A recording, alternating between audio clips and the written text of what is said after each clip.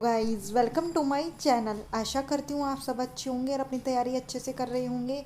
जैसा कि मैंने आपको कल बताया था कि एनओएस डीएलएड का बहुत बड़ा फैसला कल आने वाला है और क्या उनके लिए अच्छी खबर होगी क्या बुरी खबर होगी, मैं इस चैनल के माध्यम से आपको बताऊंगी।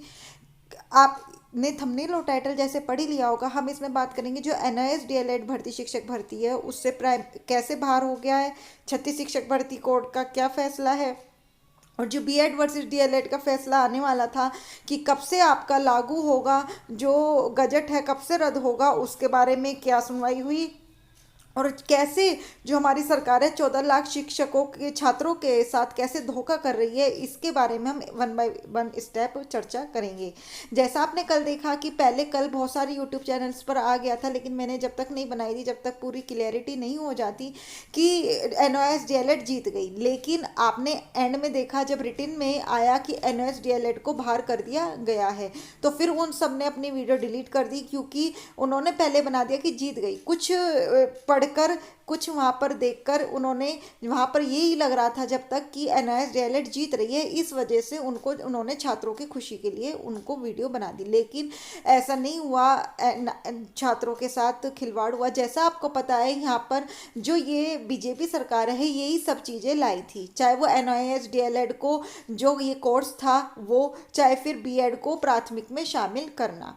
और यही जहाँ पर ये आपको पता है उत्तराखंड में जो एनएस डीएलएड है, यह क्या बीजेपी सरकार ने ये बोला था कि जो एनएस जो छात्र प्राइमरी में या कहीं भी किसी उसमें टीचर दे बनना चाहते हैं या कहीं पे भी अपना दे सकते हैं, तो एक एनएस डीएलएड का कोर्स लाई थी। बोला तो 22 या 24 महीने का था, लेकिन ये 18 महीने का ही कराया गया। अब इसमें छात्रों की कोई गलती नहीं है कि आप इतने कम टाइम में ये कोर्स करा रहे हैं और फिर इसका हवाला देकर बाहर निकाल दें कि केवल 18 महीने का कोर्स है, ये वैलिड नहीं है। जैसे मैं आपको दिखाती हूँ यहाँ पर, सबसे पहले उत्तराखंड उच्च न्यायालय नैनीताल द्वारा पारित 14 सितंबर 2022 के आक्षेपित निर्णय और आदेश को रद्द कर दिया गया है। मतलब एनआईएस डीएलएड प्राथमिक शिक्षक भर्ती से बाहर। अब आप देख सकते हैं धीरे धीरे सबको बाहर कर रहे हैं। अब यहाँ डीएलएड ये छात्र खुश थे कि बीएड बाहर हो गया है। अब आपने देखा बीएड पहले बाहर हो गया, अब एनआईएस डीएलएड को बाहर कर दिया। तो ये कर क्या रही है सरकार? पहले खुद ही लाती है, बीजेपी सरकार खुद ही सारे नियम लाई इतनी जगह से पारित करके। एनआईएस डीएलएड भी खुद ही लाई, फिर बीएड को भी लाई कि एनसीटी के गजट के अकॉर्डिंग की प्राथमिक में शामिल है कि उसमें 6 महीने का ब्रिज कोर्स कराएंगे। अब उनकी गलती है कि उन्होंने 6 महीने का ब्रिज कोर्स नहीं कराया, इसमें छात्रों की कोई गलती नहीं है।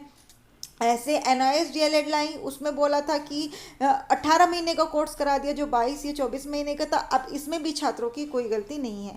अब आप पढ़ सकते हैं the appeals are allowed the impugned judgment and order date 14 September 2022 passed by the high court of Uttarakhand and Nainital is quashed and set aside the writ petition filed by the original writ petitioner are dismiss. जो उनकी writ petitioner थी वो dismiss कर दी गई है। जैसे मैं आपको एक चीज़ दिखाती हूँ, इन्होंने क्या बोला है। उन्होंने क्या ये पाया है, we find that the high court of Patna has totally erect in not giving effect to the stand of NCT.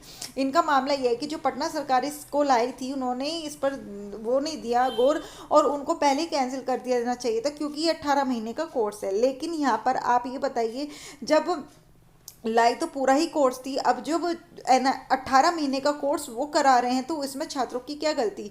छात्रों ने इतने साल 3 साल से या 5 साल से, आप यूपी में देख सकते हैं बीएड कर रहे हैं, कितने छात्रों ने, लाखों छात्रों ने बीएड कोर्स किया है। बहुत छात्र आप देख सकते हैं अभी बीएड करने के लिए बाहर पड़े हुए हैं, जो गांव में रहते हैं कि हाँ हम टीचिंग की वैकेंसी लेंगे, बाहर अपने घरों से दूर रह रहे हैं, जिनकी फाइनेंशियल कंडीशन भी कम है, वो भी कर रहे हैं लाखों रुपए खर्च करके बीएड। और फिर उसके बाद वो कोचिंग भी लेते हैं कि हाँ हमें सुपर टेट की वैकेंसी आएगी या कहीं पे भी वैकेंसी आएगी उसमें हम एक सीट पक्की कर सकें।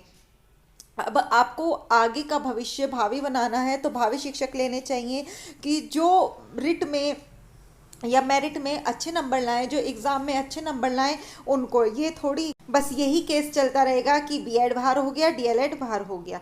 आप देख सकते हैं यहाँ पर एक इस पर भी बहुत बड़ा इफेक्ट पड़ेगा। एनएस डीएलएड जो चयनित हो चुके हैं, आपको पता है बहुत छात्र जो प्राथमिक में चयनित हो चुके हैं, जो बिहार शिक्षक भर्ती निकली थी उसमें, उन पर भी बहुत बड़ा इफेक्ट पड़ेगा और उनके लिए खतरे की घंटी लटक गई है। जैसे 69,000 शिक्षक भर्ती में बीएड छात्रों पर लटकी थी कि उनको बाहर का रास्ता देखना पड़ेगा, क्योंकि इसमें इन्होंने साफ साफ मेंशन किया था कि फिर यहाँ पे लिखा है, फिर भी यदि इनसे संबंधित किसी अन्य मामले में माननीय सर्वोच्च न्यायालय अथवा सक्षम न्यायालय का अन्यथा आदेश पारित होता है तो उससे फलाफल से परीक्षाफल प्रभावित होगा। मतलब कि अगर कोई उनको बाहर कर देता है तो वहां से उनको अपनी नौकरी खोनी पड़ेगी। तो यहाँ एनएसडीएलएड के लिए एक बहुत बुरी खबर आई है और अब पता चले उनका भविष्य क्या होगा। तो यहाँ 14 लाख छात्रों के साथ या इससे ज़्यादा छात्रों के साथ, इसमें बीएड हो चाहे एनएस डीएलएड हो, सबके साथ धोखा है। हम किसी एक की तरफ नहीं है कि बीएड की तरफ ही हैं या डीएलएड की। आप भी जो डीएलएड के छात्र हैं जिन्होंने सामान्यतः डीएलएड किया है, आप भी खुश मत होइए, क्योंकि अभी तक आपकी कोई वैकेंसी नहीं आई है, बस निकाले जा रहे हैं। आगे पता चले कौन सा नया ऑर्डर लाएं और आपको भी निकाल दें कि ये नहीं वो नहीं। जैसे आपको पता है आगे जाके नया कोर्स कह रहे हैं कि ये इन कोर्स होगा। तो इसलिए आप अभी आवाज उठाइए और एकजुट होकर ये कहिए कि जिस किसी को भी मत निकालें, आप बस वैकेंसी निकालें, जो योग्य फल होगा, जो उसको ले सकेगा वो मान्य होगा। नेक्स्ट है 36 शिक्षक भर्ती कोर्ट खबर का। तो 36 शिक्षक भर्ती में भी अभी तक बिलासपुर हाईकोर्ट में चल रही है और उसकी जो नेक्स्ट डेट है वो जनवरी में दे दी गई है। और ये बोल दिया गया है हाईकोर्ट के तरफ से कि अब ये लास्ट जो 18 जनवरी के आसपास जो दी गई है कि ये लास्ट डेट होगी और तभी उसकी सुनवाई होगी।